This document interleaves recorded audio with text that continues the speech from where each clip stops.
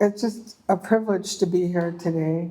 I'm Cheryl Fairbanks, and I'm Tlingit Tsimshian from Southeast Alaska, Prince of Wales. I was raised on Prince of Wales and born at Ketchikan, Alaska.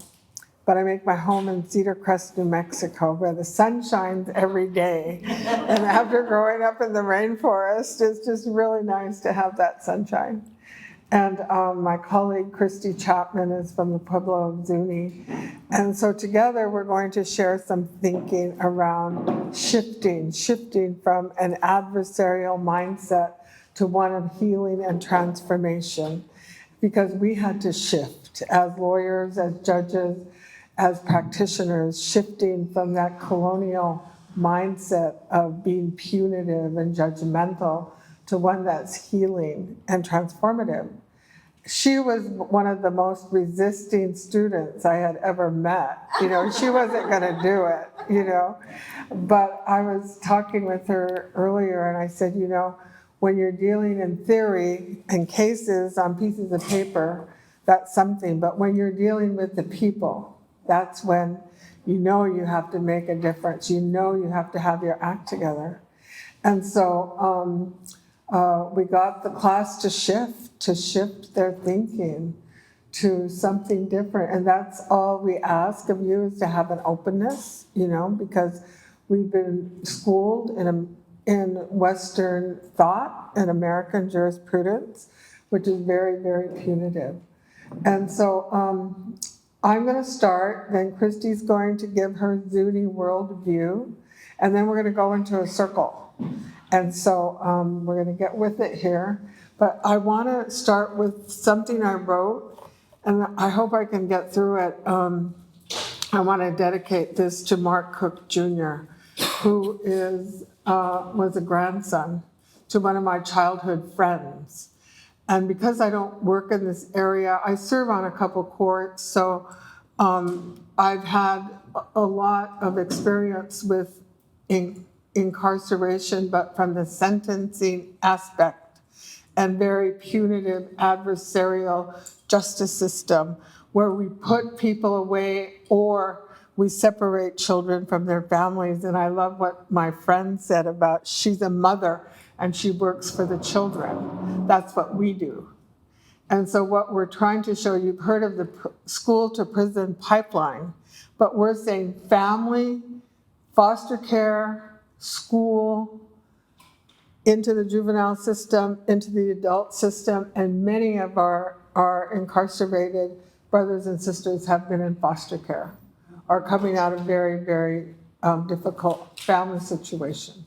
So I say sovereignty begins at home, because there's a lot we can do as Native people to really, really make a difference in our families and to put that sacredness back into our families that once was, and our extended family. Because of course you've heard people say it takes a village to raise a child, of course, but I say it takes a family and an extended family, because there's always someone in the family that's going to keep it together, that's going to be the person to keep that family together. So I'm going to start with a poem. I'm going to share some thoughts with you, and then we're going into circle. Okay, this is Tommy's grandson, Mark Cook Jr., rest in peace. And I saw that we had another young man die. It was so sad because I knew his grandfather. There was sadness filling the air and the cyberspace. As prayers and love were shared from all over the country, I sent mine too, as the grandfather and I were childhood friends, and our childhood was filled with fun, wisdom, and island laughter. Still, the sadness filled my heart as I was thinking that the young man was so young. Maybe he had an illness, or there was a sudden accident of some kind. And then grandfather started a conversation and asked me to read the news article. OMG, it was a suicide, a hanging in the Juneau jail. My heart broke in two. Tears overflowed, oh my goodness, and a deep sadness engulfed me. as I thought about our American justice system and how many other of our people were sitting in jail or prison with that hopelessness. It made me feel hopeless as grandfather talked about how they came and sang for him as he journeyed to the next world. Songs of our ancestors, songs in our native language. It was medicinal for me to hear of that beautiful ceremony in a white hospital. Yes, he was a beautiful child raised by grandparents. Where was the harm? Its harmful octopus arms reaching into every space in the village. The harm of systems built on stolen land and water. Systems of oppression, hate, and violence. Those systems serve to do more harm. And yes, kill. Stories were shared on the call. They resonated with me, even though the tears flowed freely and I could feel the grandfather's pain and suffering. It would take time. I was glad to hear his wife was a weaver, as she could help weave the healing thread, thread by thread.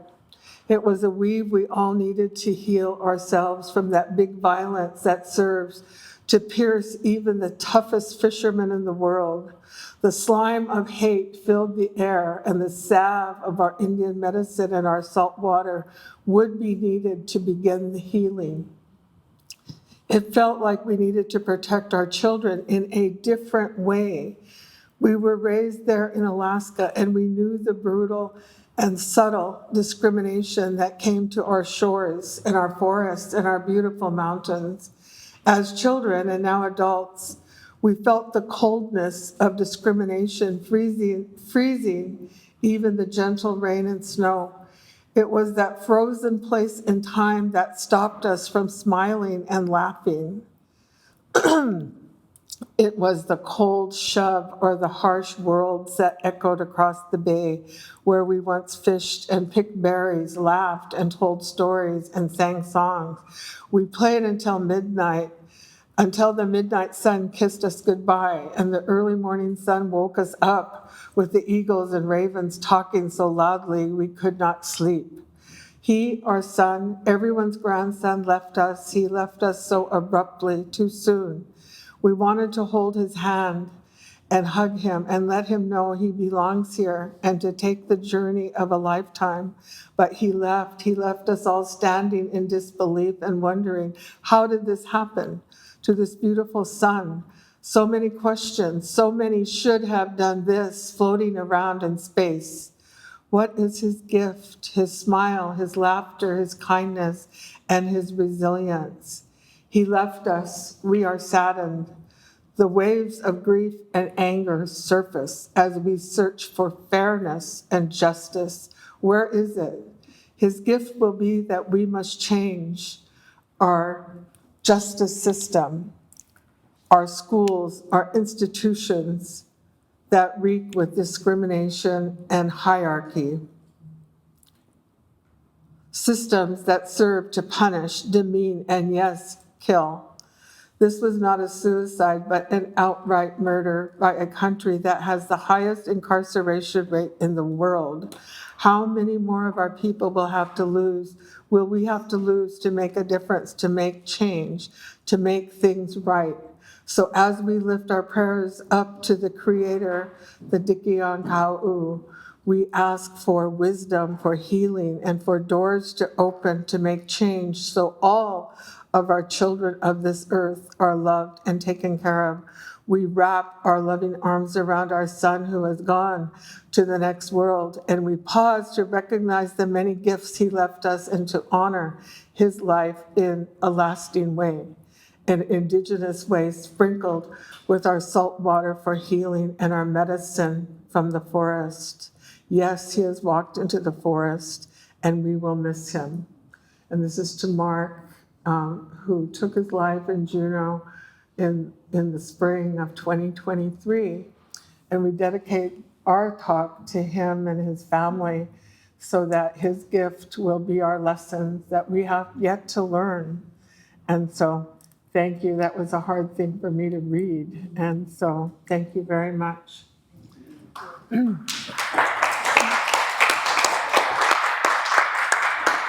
in our language, we say, Iguayachan, Iguayachan, be strong and have courage. And that's what it takes to do this kind of work. Is this working? Or how do I do this? Just hit this? That should be working. Yeah. Oh, there we go. American justice is in crisis. And interestingly, they're looking at our ways, our indigenous ways to make a difference. And so we're going to share with you the indigenous lens, and we're asking you to shift your thinking to something where there's a spirituality to it, where everyone has a chance to speak. That's equity. We've been at the table, but sometimes our voice has not been heard. And silence is okay, and using the rule of respect. Holistic, something that's healing. In law school, we never heard about healing. All we heard about was incarceration and sentencing and putting people away. And something that's issue focused, where we're not sugarcoating what the issue is, but we're really going into it with a healing lens, a medicinal lens. And so we're using our indigenous wisdom, and it's facilitating and it's transitional so that we are going to have change. And so we're asking you to stand in your own sacred circle. When I'm in my own sacred circle, I'm on. When I'm off, I'm not in my circle, I'm crying, I'm whining around, I'm blaming everyone. So it's important for us as we do this work to stand in our own sacred circle. These are the guiding principles I use as a tribal lawyer, and I serve on several courts of appeals, and also as a peacemaker. And we've been facing the wrong way. We're looking to the outside for the answers, when guess what? We have the answers right inside our own communities, inside ourselves. So shift and turn around, because we have to understand the impact of the federal policies. Those policies have had an impact on all of our communities. And I was in law school thinking, we live on an island, we had a pretty good life, we're a fishing family. No, I just had to take a really good look at my own family, my own community, to see how those policies have impacted all of us. And understanding the oral tradition and our language is critical. Having an education. Some of us have had a very good education in our communities as well as American. But we have to use that education to rethink how we're doing things, so we don't do more of the same. Doing more of the same, that's insanity. And we keep doing more of the same, expecting a different result, that's insanity. So I love what I was walking with this young woman over here, a beautiful woman, and she said, we have unity. We have to have a call for unity, for all of us to work together. And so I say sovereignty begins at home, because there's a lot we can do individually. We don't need $1 million grant. We can begin building the health of ourselves, of our family, of our community, to make a difference. And drawing upon our culture in a contemporary context. And in peacemaking, we do that through our tribal values. These are our values from Southeast Alaska. They were gifted to us from many, many generations and ancestors. And you can't see them very well, but the main one is respect. The other one is ego ayakan, be strong, have courage. There's humor in there. We have that great sense of humor, that Indian humor that's very healing. And we find that we start with these values in our peacemaking, and we can build off of those values. So we don't have to have an Indian expert sitting at the table here telling us what's right or wrong. No, we have our values that we can bring our songs, our prayers, ancient or contemporary. These are teachings of the 7 grandfathers. My husband's Anishinaabe, and this is borrowed from his people: wisdom, respect, love, honesty, humility. And so, Christy's going to go more into the process, but I use this Choctaw, and I am working on it for Tlingit, but we developed the Peacemaker Court over at Mississippi Band of Choctaw. And they say Chata Okla, that really goes to community. And that's what we're about as Native people, is community, where American jurisprudence is individual, I, me, my rights. And Chief Justice Yazzie says, change it to responsibilities, just leave out rights. And I thought, well, let's at least do a baby step and start with responsibilities and rights. And so Itibaka Chapa goes to cooperation, collaboration. In America jurisprudence, it's all about competition. I win, you lose. And I'm a lawyer. I like to win. I like to win at all costs. I was taught to win at all costs, but it hasn't worked for us. So we have to do something different. Itihalalia, relatedness, we're all related. In some way, it's amazing. Like Richard said, he found one of his relatives. And my relatives, my sister is here, and my cousin, sister cousin, are here. And in American jurisprudence, it's very separate. Separation of powers, separation of the kids. So think about your values, think about what principles you have, and how can you bring them into a contemporary context so we're not just incarcerating, we're not just separating our kids, destroying our families. So there's a lot of power in, we're gonna have a talking tool. Usually we use the basket, but we forgot our basket. And that's our talking tool. We'll show you that in the circle. But there's a lot of power in the circle. It's real equality. It's not just equality, it's equity, where everyone has a chance to speak. This is an Indian child welfare case. The person in the middle was adopted prior to, like Richard's mom, she was adopted by non-Native people. Very much loved, but she wanted to reconnect with her bio family. The first group that went out just used no thinking whatsoever, nothing about our indigenous ways. The second we went out, Jay's a lawyer and he speaks his language, and we did a circle with the family. Guess what? We got them reunited. We got her health care. We got her on her tribal role through this sacred process called peacemaking. And we also protected this particular historical site. It's called Kashakatawe. And we managed to get that turned into a historical site so that the tribe could regulate the use of that. And I just wanted to share this one outside circle we had in Massachusetts on Indigenous Day, where the Munsee, Stockbridge, Mohegan people were brought back to their own homelands in Massachusetts, where they had been removed hundreds of years ago. And it was very moving to have a healing circle. And I think with the criminal law, with the working with systems, healing circles are so valuable. These are models throughout the country, and these are peacemakers throughout the country. So shift your thinking to something that's more healing, something that's more holistic, that's issue focused. We tap on the issue, not on the person, and that's facilitated so there can be change. And you can be the person who has that ripple effect. This I wrote for working with Stanford. We have a good working relationship with Stanford, where they're really working with the academic part, like Carma is doing with Lewis and Clark. There's pockets of things happening throughout the country. But peace circles have been used by our indigenous ancestors since time immemorial.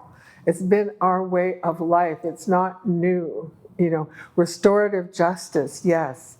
Restorative justice gets its roots from us, the peacemaking. And you may call it something different. But there's a sacred space that allows for fairness and healing, not just to the individual, but to the family, to the community. And life comes from it. That's our organization. Life comes from it. And I also say it's a way of life. And so I borrowed that from my brother Robert Yazzie. And there's a spiritual connection, a collective wisdom, and the strength that brings about courage and change and resolution for healing. Part of the healing is sharing your story in a sacred space with others who care.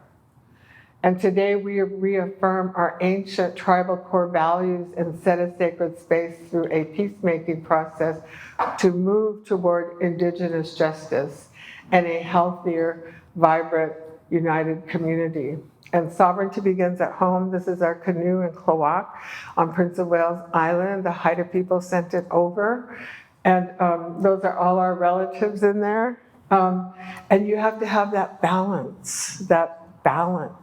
And I think this is one of the highest forms of peacemaking, when you have all those men protecting the women and children. And this is a very small canoe, but the balance they have and the songs and the prayers that they learn, it's for the whole village. It's not just for a person. It's for the community. That's my son in the second oar paddle. And I say sovereignty begins at home. Ganesh Chish.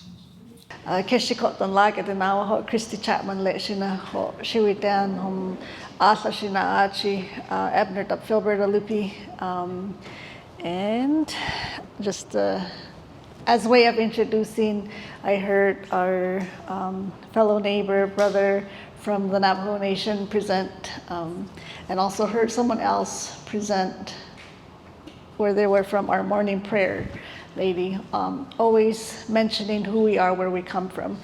The slide she's going to put up is going to show my great-grandfather, Bawikati, and my great-grandmother, Tsaisihtitsa. When Jonelle talked about not having that degree from a college, it's one thing that, it's universal. When I see, and you'll see pretty soon, the picture of my great-grandfather, Bawikati, and my great-grandmother, Tsaisihtitsa, I will never come close, at least it is my hope I come close, but I doubt I'll ever come close to all the wisdom and all the knowledge that they carried from time immemorial. When I hear people say, you don't have a college degree, your thoughts don't matter, that's not true. Because when I look at Bawikati, when I look at Tsaisihtitsa, I never met them. They passed before I came, or at least I didn't see my great-grandfather. My great-grandmother I also didn't see. But like every one of you, a part of who we come from, where we come from, they're within us. And that knowledge, that wisdom, they are our early educators. They are our PhD holders. They are our justice of the peace. They are our environmental protectors. They are everything. And growing up, what we call peacemaking is not necessarily a term that is universal, but there's concepts of how we provide justice within our communities. For us as Ashu, as Zuni, it's Ho'nawan Hai Doshnan. Our ways, our laws, our core values. It's life. I know I heard Cheryl say our ancient way. It's our laws. It's within us. It's everyday life. And when these things aren't taught to us, what I'm thankful for is that Bawikati and Tsaisihtitsa, they had 7 kids, and they raised all their kids, my grandfathers and grandpas who, blessed Creator, we were blessed with their lives, and we just lost the last of their children. But in our Zuni way, and just hearing Jonelle also speak, it's Ho'nawan Hai Toshnan. Our way is to always think about our kids. We pray for our kids. Even before they're born, we care for them. And one of the core values is always to nurture our young. We live for them. And the other thing was ton yam shiu im ape na. You need to speak your language. Ko hong ko ton ape na mente ton yu he tunawa. You may not be able to speak it, but understand its meaning, understand that it's something that came from Creator. And respecting one another. That was the biggest thing in our family is, yes, we respect one another, but we really hold in high regard our elders. And sometimes our elders also can be young, because one day we will also be elders. So it's reciprocal in the sense that our young will be our elders. And so we're respecting one another and respecting each other's voice. And in the process, everything that they learned, they always shared it. It was never kept. It's never kept for one person, but it's shared for all. And in all that was true sovereignty, true determination of how we want our lives to be. And with that, that's peacemaking. Whenever there was an issue, you had to come and talk it out. These are the values that I share as I'm sharing with you all, is we can get ideas from one another, but ultimately we can't hold it within. We got to share it. It's not ours to keep. And how we hope peacemaking can be used is impacting each one of our lives. Because as Cheryl stated, sovereignty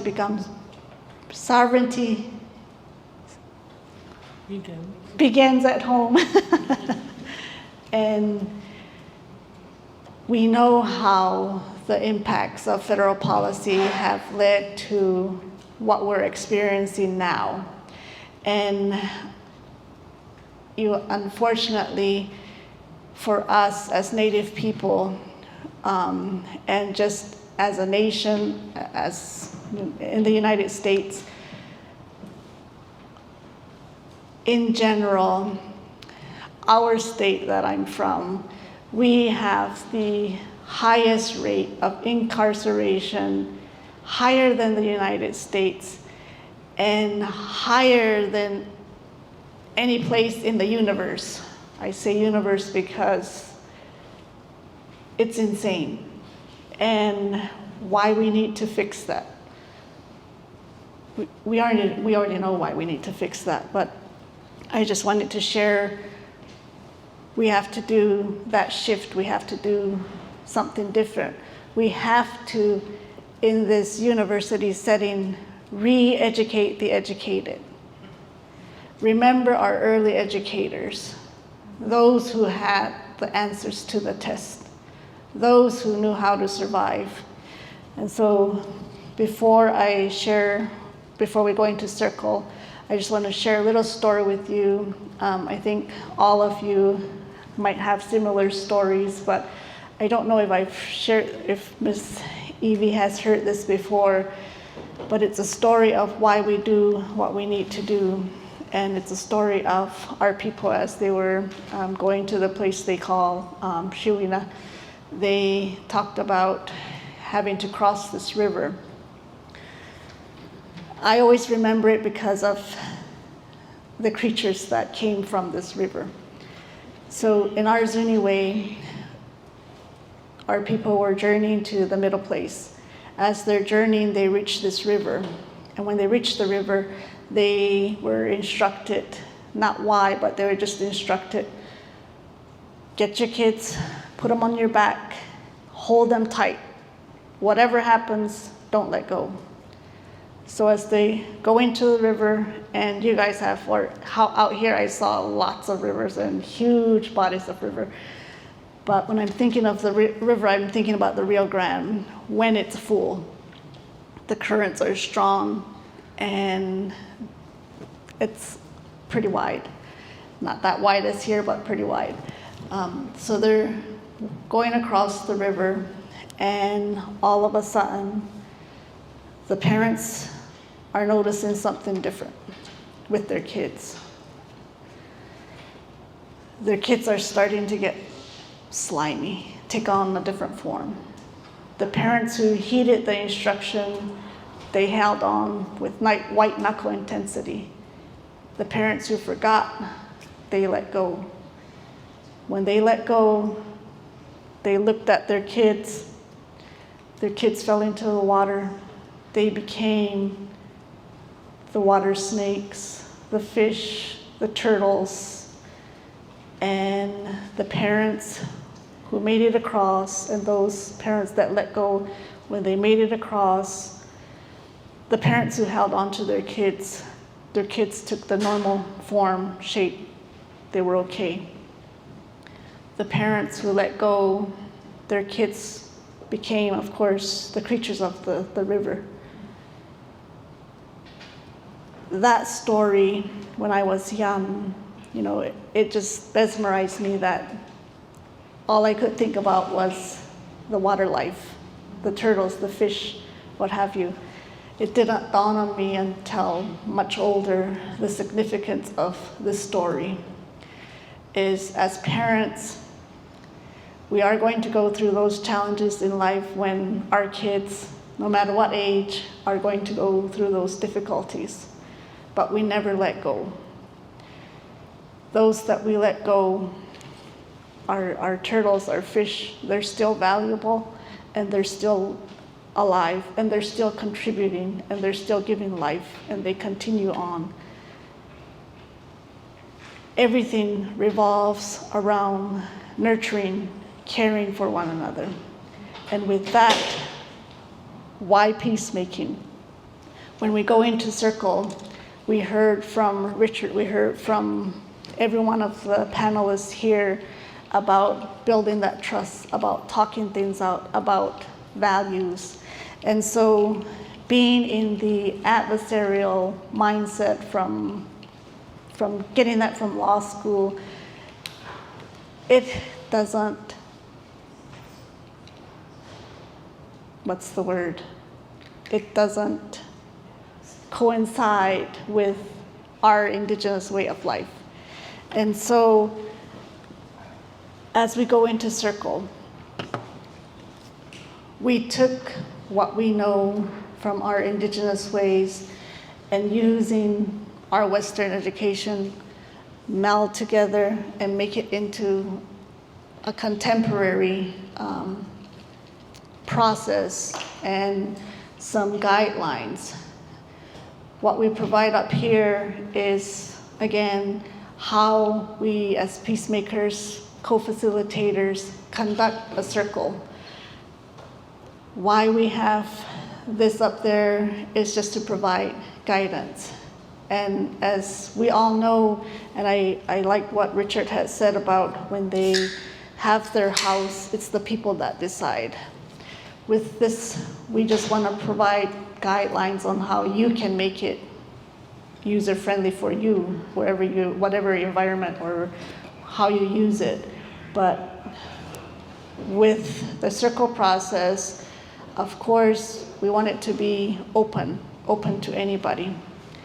When I say open, when there's a sentencing or when there's been a crime, we are hoping that with that shift taking place, this can be used before criminalizing someone. That there's the opportunity that if they hear that they are cared for, if they hear what the root cause of why what they committed, why that happened, that it could prevent them from having to go into those systems which really are meant to break us. And so with Circle, what we'll do today, we'll do a core values round, but typically, like when we're doing Circle, we don't want to focus on the person.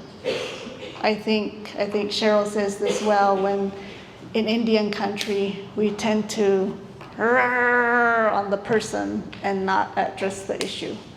And so with circle, we're gentle on the person but tough on the issue. And we usually start off with a fluff round because not everyone is comfortable coming into circle. One, they might not even have experienced it, or they might have trust issues. But that first round is really getting to know one another. And the great thing about circle is that it's a place where you don't have to share, but it's a sacred place where what's shared in circle stays in circle.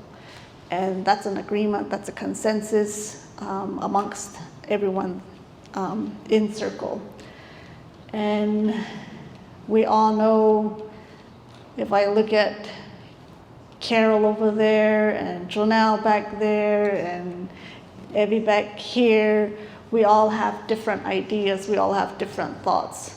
And in circle, we come knowing that we can agree to disagree with respect. And so here I'm just showing you kind of a framework that we use. What's important is everyone has a voice. I know for myself, it took a long time for me to be able to speak because I was afraid to speak, but the power of the circle is that we start off setting the sacred space. When I say setting the sacred space, we either start off in prayer with a poem or a song. That is entirely different from a mediation, different from anything you'll ever experience. And when the sacred space isn't set, it can really spiral out.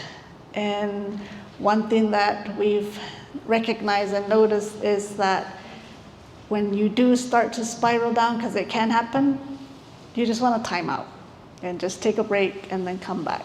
So, because we forgot our basket today, this is a replica of Awe de la Nawancita. So there's Africa, the North America, Asia, all represented here. And this will be our talking tool. And so what we want to be able to do is have everyone kind of rearrange things a little bit. If you guys